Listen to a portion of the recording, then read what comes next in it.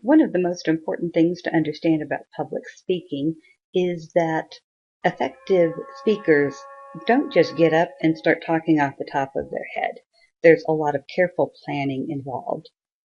In fact, I would probably go so far as to say that if someone has a well-organized, a well-written speech, that audiences respond better to that speech than to a charismatic personality. So if you are someone who's worried about public speaking, you're not sure if you're going to be good at it, the best thing you can do is to work on your organization. Audiences respond well to organization. All right, so what does that mean? In order to talk about organization, we have a few things we're going to cover. And we're going to talk about patterns. We're going to talk about beginning and ending speeches, intros, conclusions, transitions, and outlines. I'm going to go over some of these very quickly because they are in your book, and I'll talk about them because if I don't, sometimes people think if the professor hasn't mentioned this in particular, it's not important. And it is important. It's just not complex, and it's something you can get more details on in your textbook. The first type of organization is chronological organization. Essentially, this is just a way of organizing based on time. Many people use chronological from a kind of a beginning to end, so that if you're giving a speech about a person, you might start when they were born and end the speech when they have passed away. Or if you're talking about a business or a movie, beginning, middle, end is often how we do this. It can also go backwards, though. It can do where we start from the end and work our way back to the beginning. So either way can work. Anytime you give a history speech, you're often going to use chronological organization. Sometimes when you do an introduction speech, you will use chronological organization. Another way of organizing your speech is to use a step pattern. This is great for a how-to speech whenever you have a series of directions that need to be in a particular order. Step 1, step 2, step 3, example. So speeches that I've had in my classes before, how to tune an auto engine or, car engine, how to select a physician, how to give a permanent wave. I've had somebody give a how-to speech on how to make a grilled cheese sandwich with an iron. And so we go through the steps for that. I've even had someone come in and talk about how to wax your surfboard, and they brought in their surfboard and gave us the step-by-step instructions. So that's a good pattern to use if you have things that people must do in an order. The next type of organization is a spatial organization. If you have something that is visual, that you want us to understand using some type of direction or how objects are located in relationship to each other, you'll want to use spatial organization. Some examples that I've had in the past include eating healthy with the food pyramid. So you have the food pyramid, and your first point is going to be what's at the bottom of the paragraph. Second point will be that part of the pyramid directly above that, etc. The parts of the human body where you can just follow around how the parts of the body are actually in the human. So in this case, we have the spot. Our first main point would be bread, cereal, rice, pasta. Our second main point would be a vegetable group. Third main point would be our fruit group. Then milk, yogurt, and cheese.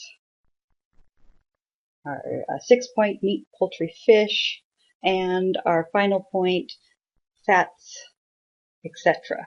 So we're just we're organizing the speech in order of how it appears in the pyramid. Now, just another one, if we wanted to make it an easier pyramid, only use 4 points, I'll just choose a different visual that has a slightly different spatial design. And these are all different ones you could use. So let's say parts of the body speech. I want to talk about the lungs first because as I'm looking at this, the lungs are the highest organ right now. And so I'm just going to kind of arbitrarily decide that I'm going to start at the top and work my way to the bottom. And my second point will be the heart because that's in the middle of this particular visual. My third main point will be the liver because it's at the bottom. So that's just a way that you can organize. There's a two-part organization and essentially just two parts of your speech that you're going to have a first half and a second half usually. Uh, Common ones, if you have a pro and con speech or you have an issue, half of it's for this issue, half of it is against the issue. Problem solution speeches will also follow that pattern. Probably the most popular pattern that people use is topical organization. And with the topical organization, it's very easy. If none of those other ones work, this is what you're going to be using. You're going to basically have these clusters of information that your speech just kind of naturally has a set of things that you want to talk about, and you're going to make sure that you cluster all of these ideas together. So, okay, examples, departments of a newspaper. And so at one point we're going to talk about reporters, and another that would be one main point. A second main point, the second topic that we're going to do would be the graphic designers in a newspaper. Our third main point might be the sales department at a newspaper. And so we're going to pick the things that we want to talk about. Now, there are probably 20 departments of a newspaper that could be talked about, but since I'm the speaker, I get to choose what I want. And if I just want to talk about reporters, design, and sales, I can do that. I just pick my topics. If we're talking introductions, because you will be doing an introduction speech soon, topical can work great for an introduction speech. It is possible to talk about family. And if you're going to do this, you want to take all of the family information and put it together. So we'll talk about if somebody's married, if they have kids, if they have siblings, what their parents are like, pets. Well, yeah, we can call pets family. And we'll talk about them all at the same time. A second topic, second main point, career. So that might be what this person's studying in college, what your favorite subject is. Do they have a job currently? What would they like to do someday? And if you're giving an introduction speech about somebody else, you'll be talking about this other person's family and career and hobbies. But if you're talking about yourself, of course, this will all be information about you, because some of my students do on campus, we tend to do introduction speeches of another person, but online we'll have you introduce yourself. Now, if you're going to do an introduction speech, do you have to use topical and do you have to use these three categories? Not at all. You can use any of the types of organizations that we've already discussed for an introduction speech. This just happens to be a pretty straightforward way to do it. And what we're looking for is we are looking to avoid the rambling speeches that new speakers tend to give. And let me give you an example of what this might sound like. Hey, yeah, I'm kind of uncomfortable here. I don't like speaking, and wow, I don't really want to speak about myself, but it's the assignment, so here I am. I'm gonna do it, I suppose. What could I tell you about me? Well, I'm a communication major. My parents told me that I should be an engineer, but I don't really like math, so I don't want to be an engineer. And if I really think about it, what I really like to do is go to movies all the time, and movies and engineering have nothing to do with each other. You know what I mean? Not that everything you do has to have something to do with your future career. I mean, for instance, I happen to be a rock collector as well, and rock collecting has nothing to do with communication or engineering, really. and I'm not sure that it needs to, but I found a lot of cool rocks before.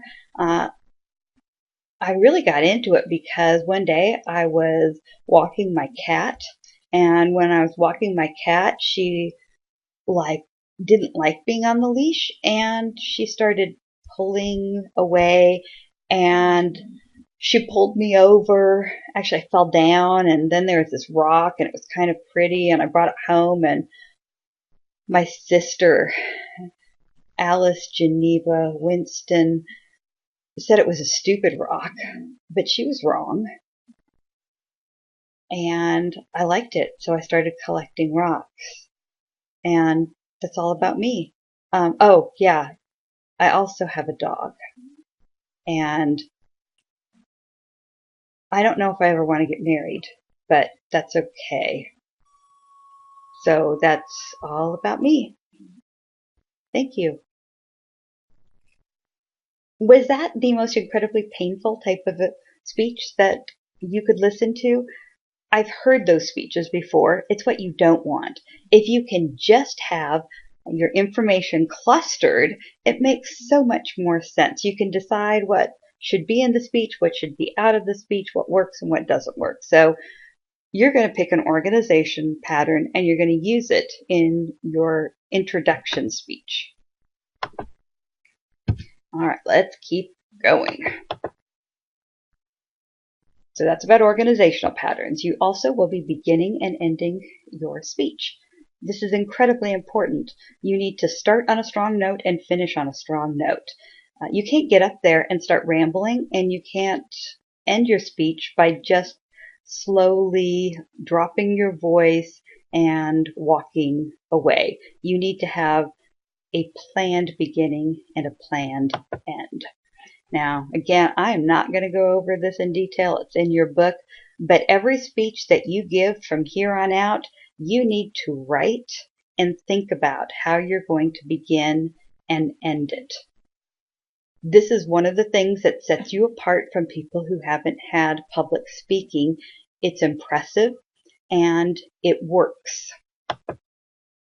You want to get the attention of your audience right away.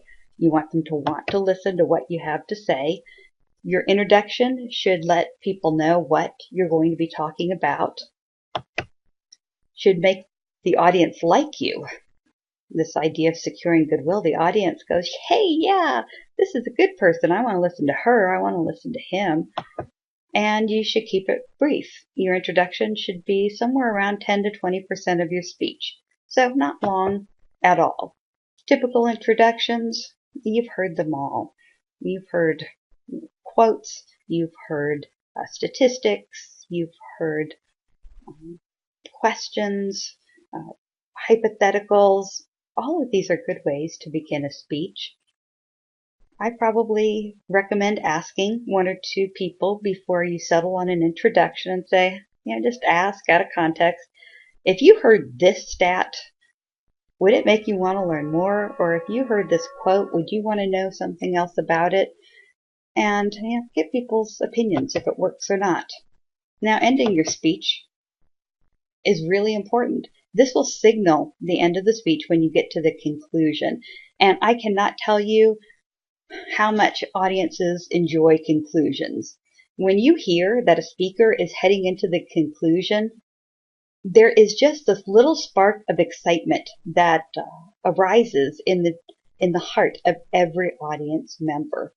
Even if they've enjoyed your entire speech, when they hear that you're winding down, I don't know, we just get all excited and there's this little party. And so we often, even for people who have kind of checked out, maybe they haven't enjoyed the speech and they've checked out, aren't listening to you much, when they hear this conclusion coming, they can check back in, and it's your last chance to get them to understand things that they missed. This will help you focus the thoughts of your audience, because either they're excited that they are hearing the end, or they're checking back in after having maybe ignored you for a little bit. So these are important things for you to do. You want to establish in this concluding mood. You want them happy? Do you want them sad? Do you want them thoughtful? Do you want them to go out and do something. You decide and establish the mood. Typical conclusions, anything that you could do in an introduction, you can do in a conclusion. These are all things that will work for you. But you need to have a strong last line. Don't just let your voice kind of filter out at the end of a sentence until you don't have anything left to say. Okay? So don't do that. End on a strong note. And that is why you should always buy Maytag washing machines. You just need to have a very strong way to end. So write that last sentence word for word. Practice saying it in a good voice.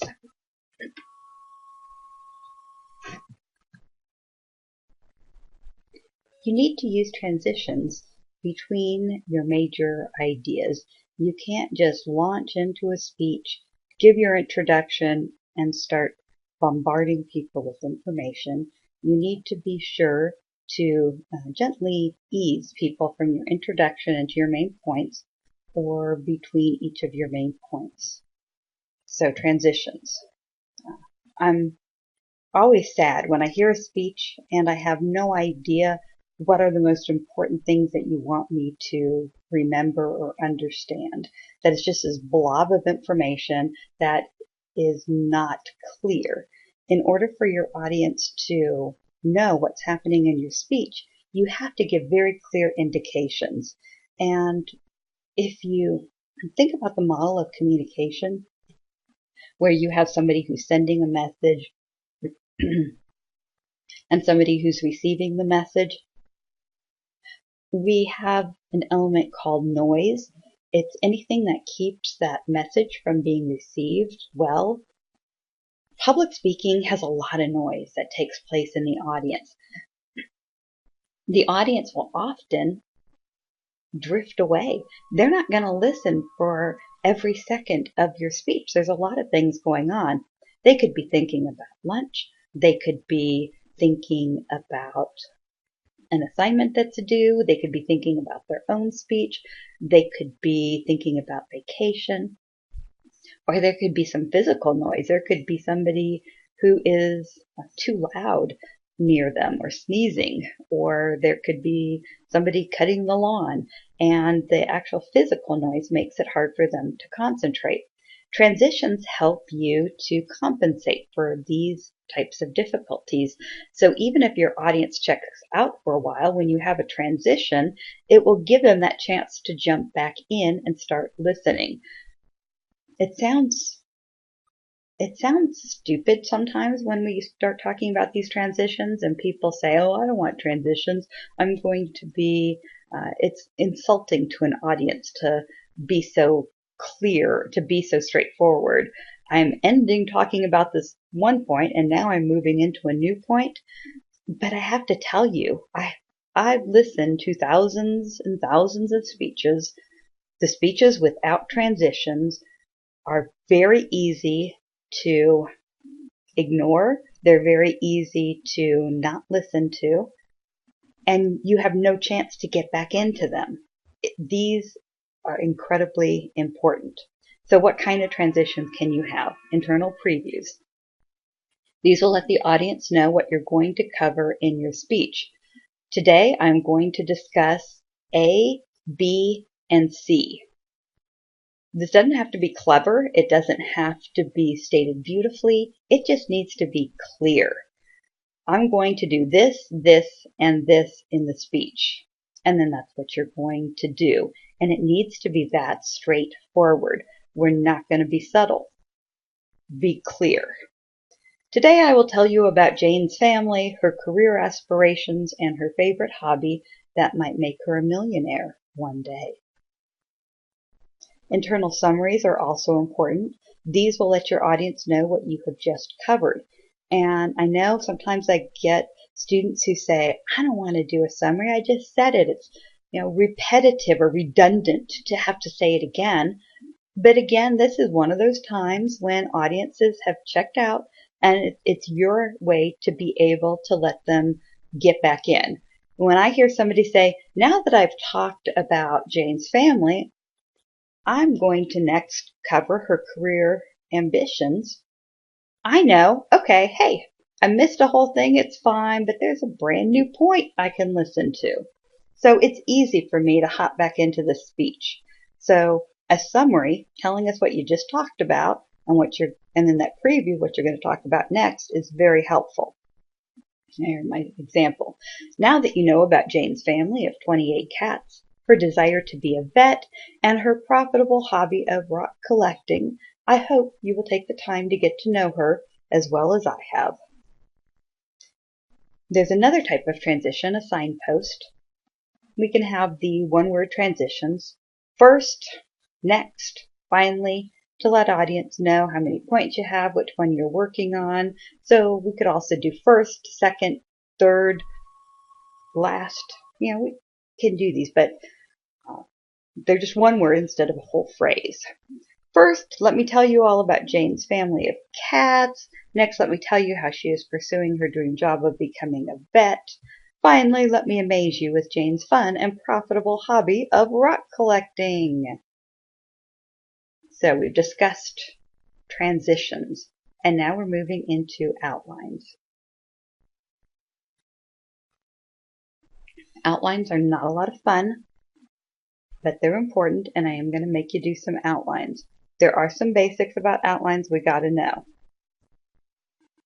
First of all, why do we bother with them?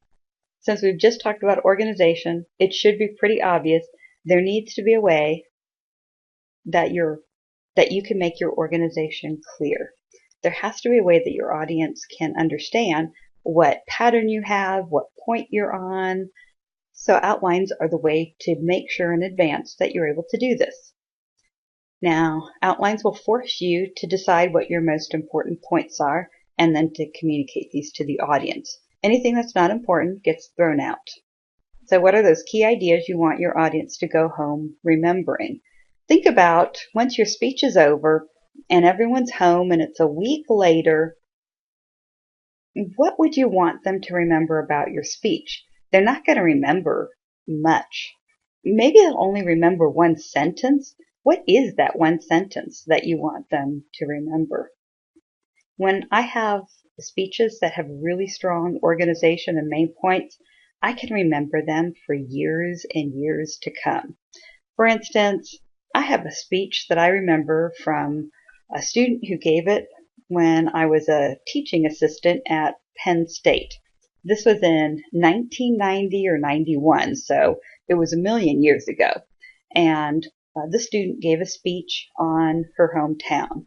And I have to tell you, when she first came to talk to me about what her topic was going to be and that she wanted to talk about her hometown, oh, you know what, my heart just drooped a little bit because I thought, I don't want to hear about somebody's town. How boring is that?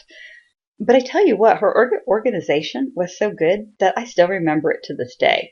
Her hometown was Latrobe, Pennsylvania. And as she thought about Latrobe, she said there were 3 things that were really important about Latrobe, Pennsylvania. One is that it was the birthplace of professional football. That was one of her points. Her second point, it is the place where Rolling Rock beer is manufactured. Third, that Latrobe, Pennsylvania was the birthplace of the banana split. 3 points, easy to remember.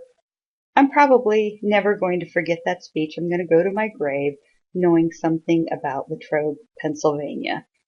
So if you can figure out what those 3 points are and how you're going to support them, it's really easy for your audience to go home remembering key ideas.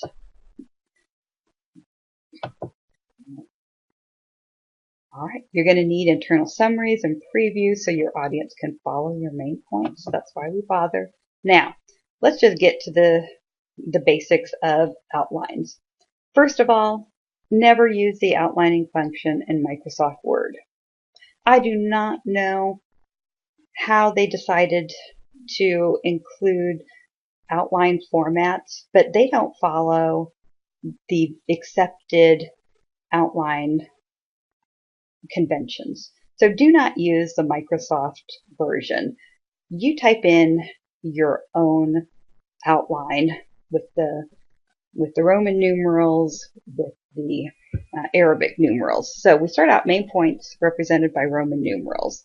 So in our case, example of Jane Smith and her introduction speech, main point 1, talk about her family. Main point 2, talk about her career. Main point 3, talk about her hobby. Now we're going to have to fill these in with subpoints. And in an outline, the subpoints represented by capital letters. So in this case, her main point 1 is family, and we're going to talk about her human family and her feline family. We need more information about that, so let's get into subpoints. And these are represented by Arabic numerals. So we have family. Subpoint A is her human family, and our subpoint, her parents died when she was 5 and she has no siblings. So we're going to move to subpoint B, the feline family, and her cat named Smittens and Smittens babies. But you know what? We could get more detail than this, frankly. That's still just surface. So let's talk more about Smittens. We're going to get into a subpoint, which is a small letter. A. Smittens is a cat she received for her 5th birthday. It's a black and white mixed breed. And now we're going to talk a little bit more about her subpoint 2, her Smittens babies. She has had a litter every year since Jane received her. And subpoint B, Jane has never given a kitten away. Now we want to get more details. Perhaps that's not enough of what we've had so far. So we're going to get into subpoints, which is an Arabic numeral followed by parentheses. So not only is Smittens the cat she received for her 5th birthday, but it was the last present received from her parents before they passed away, and her mother thought of the name. The cat is a black and white mixed breed, looks like she's wearing a tuxedo, and has long fluffy fur. Okay, we could get even crazier with our supporting information and do a subpoint, in which that would be a small letter followed by a parentheses. So if we go to the bottom of this, that Smittens has long fluffy fur, and our subpoint is that the fur sheds everywhere, which is why Jane only wears black and white, so we can't see the fur in her clothes. Couple guidelines about outlines. You need to have balance in an outline. For every 1, you need a 2. For every A, you need a B. Outlines have to be in pairs or more. You can't ever have just a point 1 or a point 2. Let me rephrase that. You can't have a point 1 or a point A alone. They always have to have a pair. 2 is the smallest amount that you can have in an outline. You can have a lot more than 2, but you have to have 2. Why? Because if you don't have at least 2 things to put in there, it's not really more of a detail in the outline. There's no reason to fuss with the subpoint. It's just part of that main point. Or if you could also look and say, hey, if I don't have enough information to get 2 subpoints here, maybe I need to research and find out some more information. When subpoints are longer than 1 line, you indent that second line to the same place where it had begun, so that you have clear margins in outlines.